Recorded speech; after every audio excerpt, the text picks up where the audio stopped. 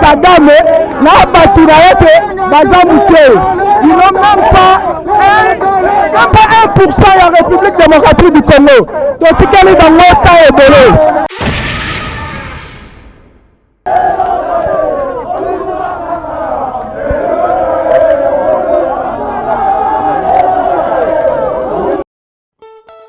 Pour vos impressions de qualité, Logic Print est prêt à vous offrir les meilleurs. Nous imprimons sur t-shirts, bâches, casquettes, tasses, cartes de visite et de services et autres. Pour plus d'infos, contactez-nous au +243 81 75 52 746. Notre adresse: Avenue Colonel Ebeya, numéro 1060, référence Assemblée provinciale, Kinshasa, Gombe.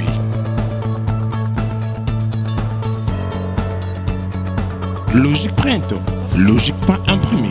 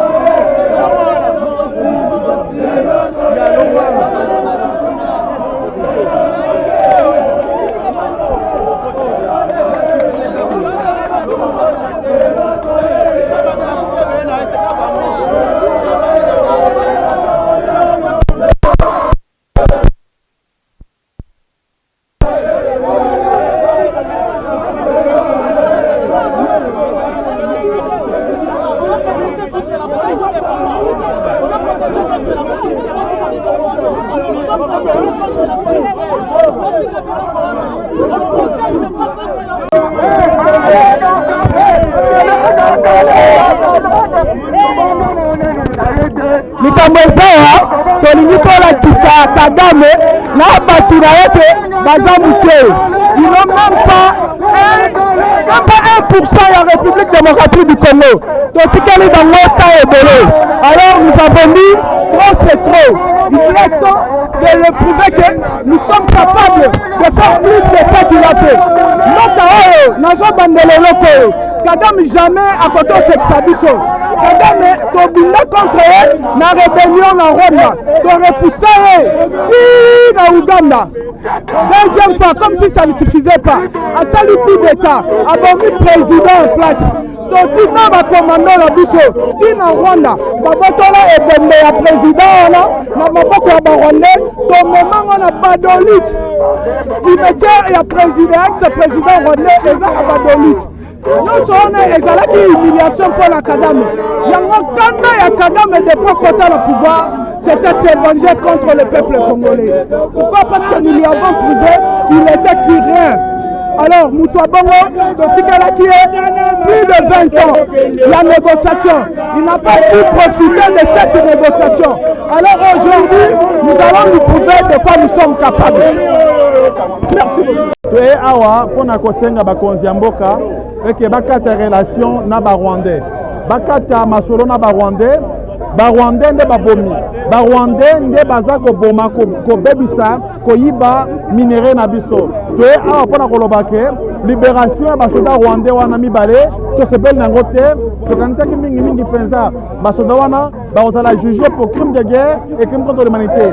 Donc toye awa bokoyebake ministre na biso ya affaires étrangères ayambaki ambassadeur lobby alobaki makambo elongo bani te tosepeli nango te biso toye awa mpona koloba tolingi tokata relation mpe babengana Karega okati ekolo ya biso.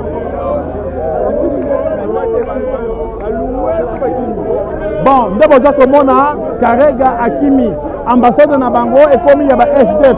Donc baza sans domicile fixe. Basi na adresse moko te okati ya Kinshasa.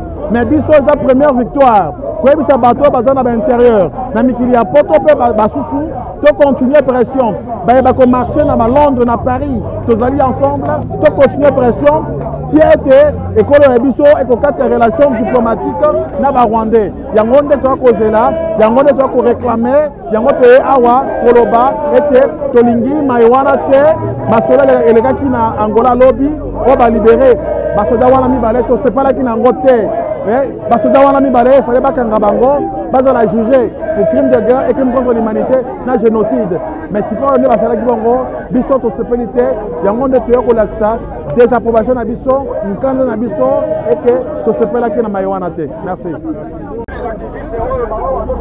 Bonjour. Objectif na biso ezaki lelo osala sitio devant ambassade ya Rwanda. On a fait un message à désapprobation na biso et surtout pour remonter aujourd'hui colère na frustration au peuple congolais na ensemble na bango na bakino en particulier. Nous allons ressentir de suite il y a une situation d'insécurité à Est. Quand je dis situation d'insécurité à Est, ça veut dire les multiples incursions de l'armée rwandaise dans le territoire na biso. On a toyé lelo on a koloba kanda na biso et sika ambassadeur. Le mot de Rwanda comme agresseur de la part du gouvernement. Voilà, de nos autorités. Et aujourd'hui, lendemain soir de cette nouvelle réunion de ce rassemblement du Conseil de sécurité qui, comme d'habitude, nous a montré que nous ne sommes pas capables de tenir nos positions. Et moi, j'en appelle vraiment à tout Congolais. Puisque nos autorités qui sont censées nous protéger, ils ont une responsabilité de nous protéger, ils ne parviennent pas à le faire depuis 30 ans. C'est à la population de prendre conscience de son sort et de se lever. Il n'y a rien d'autre qu'on pourra faire. On a bien vu que c'est la pression populaire qui va pouvoir faire changer les choses. N'attendons rien des autres. On n'en a rien à faire des résolutions du Conseil de sécurité, n'est-ce pas? Il y en a eu plus de 100 depuis les 20 dernières années. La situation congolaise n'a pas changé. Nous vivons les conflits, nous les subissons, comme si on était des animaux. On ne peut pas revendiquer des juridictions internationales pour juger les criminels. On ne peut rien revendiquer ici. On ne peut pas revendiquer d'être traités un minimum comme des êtres humains. Pourquoi est-ce que nous, les Congolais, on n'aurait pas droit à cette souveraineté? Mais justement, puisque vous en parlez, vous devez remettre la parole, puisque vous en parlez, s'il faut revenir ici en RDC, parce que là vous avez parlé du Conseil de sécurité de l'ONU, mais s'il faut parler de RDC... Mais vous avez déjà la réponse dans votre question. Ça paraît quand même évident. Des rencontres avec des chefs d'État pour libérer 2 hommes. Est-ce que vous savez combien d'hommes grouillent chez nous à l'Est? Est-ce que vous savez que tous les jours, nous avons des gens qui meurent, tous les jours nous avons des personnes qui sont violées? Il y a des viols massifs chez nous en RDC, du viol utilisé comme arme de guerre. Les gens sont tués, des Congolais sont tués comme des animaux chaque jour. Et on est en train de faire des pourparlers, de prendre des avions avec je ne sais pas combien qui coûte le carburant pour arriver, pour aller voir des présidents pour parler de relâcher deux militaires rwandais. Et vous voyez un peu la bêtise. Écoutez, moi je ne vais même pas rentrer là-dedans. Moi je pense que maintenant, c'est à nous, Congolais, de prendre notre destin en main. Il n'y a personne d'autre qui va le faire pour nous. Vous comprenez? Ce n'est pas les Rwandais qui vont nous aider. Ce ne sont pas les Burundais qui vont nous aider. Ce ne sont pas les Belges, les Européens, les Occidentaux qui vont nous aider. Jamais de la vie. C'est le Congolais lui-même qui doit s'autodéterminer, qui doit se lever et qui doit réclamer sa dignité et sa liberté. Parce qu'aujourd'hui, la façon dont on nous traite, ce n'est pas normal que 100 millions d'habitants ne sont pas capables de se dresser comme un seul homme.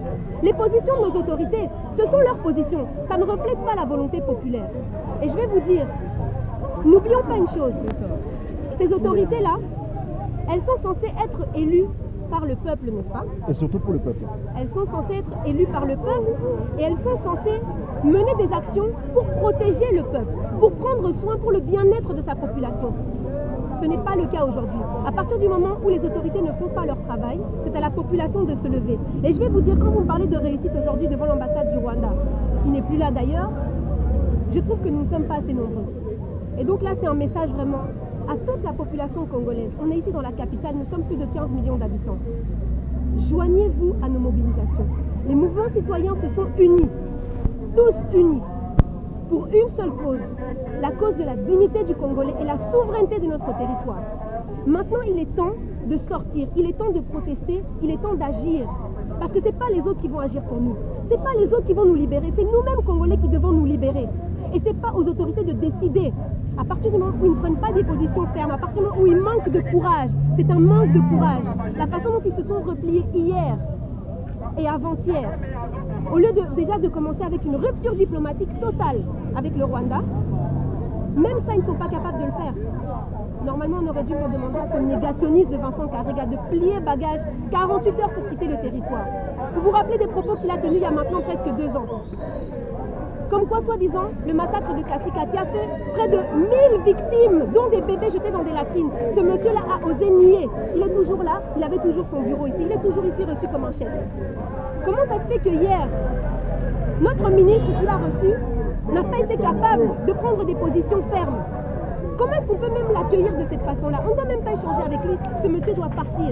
Ça doit être un acte fort qui devait être posé. Il y a une question avant de vous... RDC sans Rutshuru. Il n'y a pas de RDC sans Rutshuru. Il n'y a pas de RDC sans Goma. Il n'y a pas de RDC sans Goma. Il n'y a pas de RDC sans Niragongo. Il n'y a pas de RDC sans Niragongo. Il n'y a pas de RDC sans le Sud et le Nord Kivu. Il n'y a pas de RDC sans le Sud et le Nord Kivu. Karega, dégage. Karega, dégage. Karega, dégage. Karega, dégage. Karega, dégage. Karega, dégage. Kagame, dégage. Kagame, dégage.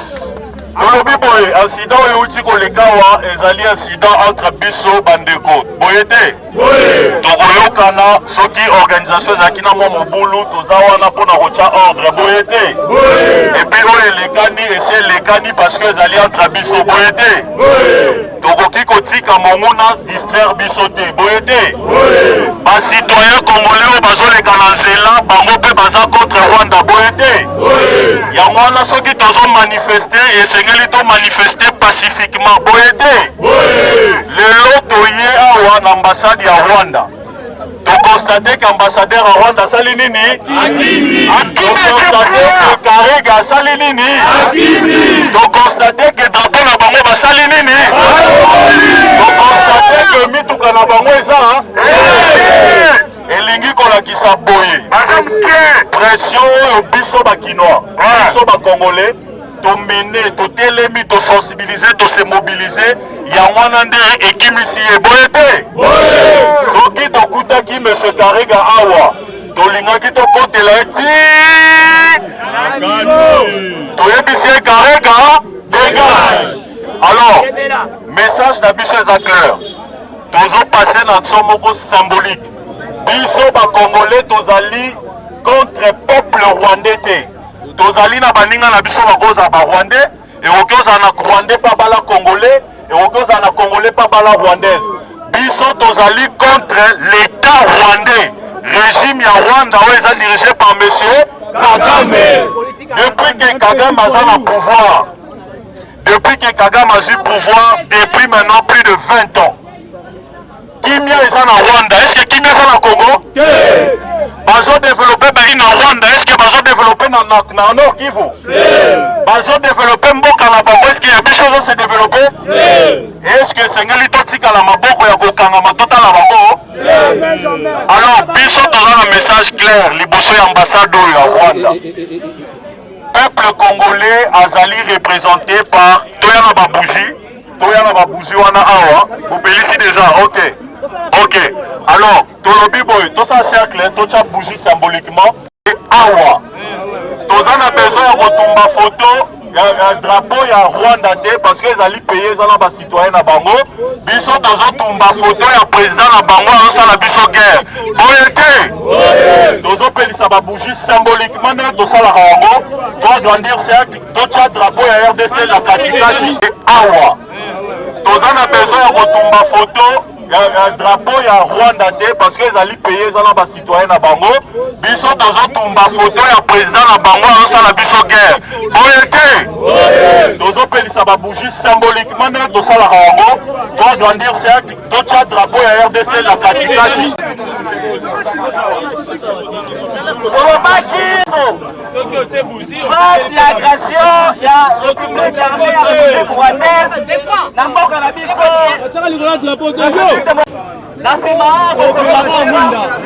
dans les jours qui viennent, vous voyez ma suite logique à ma manifestation à Bisso.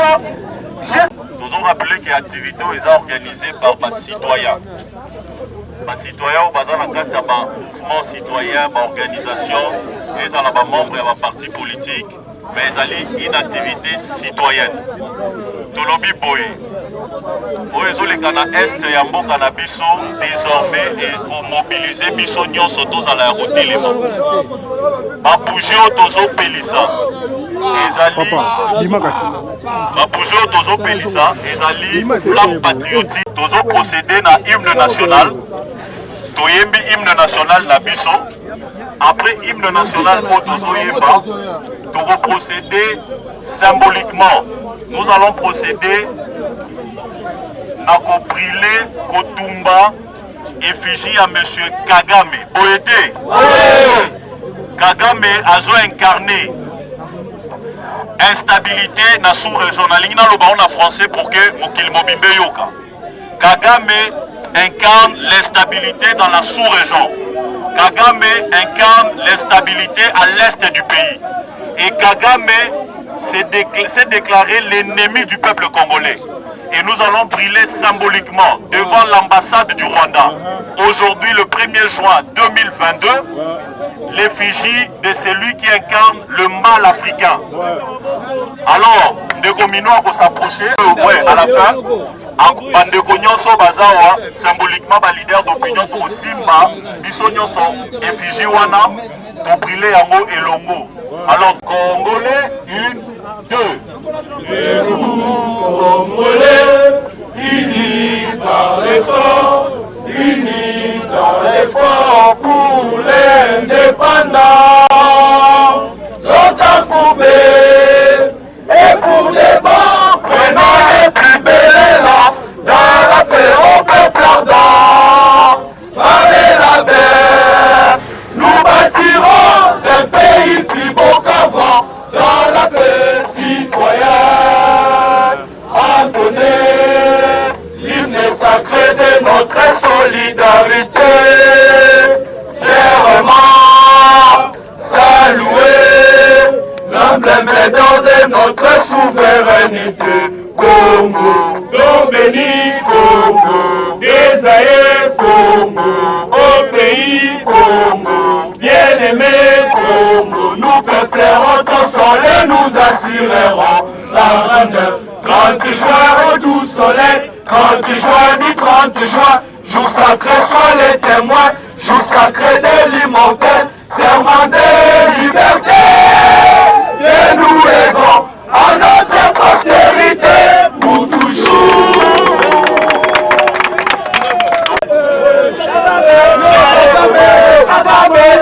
Kagame,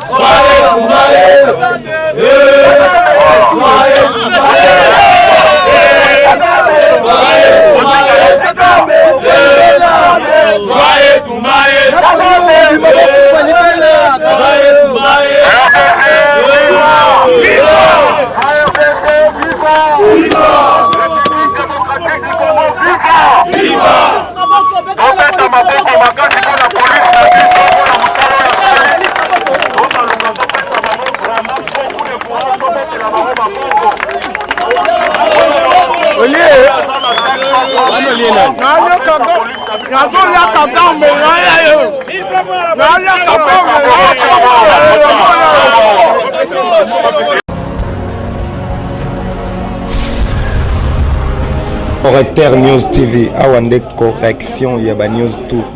Donc Awande, on assure quoi. Suivez Correcteur News TV pour avoir toutes les informations crédibles et fiables. Correcteur News avec Yemoko Rachou. Rachou, la caramel, check.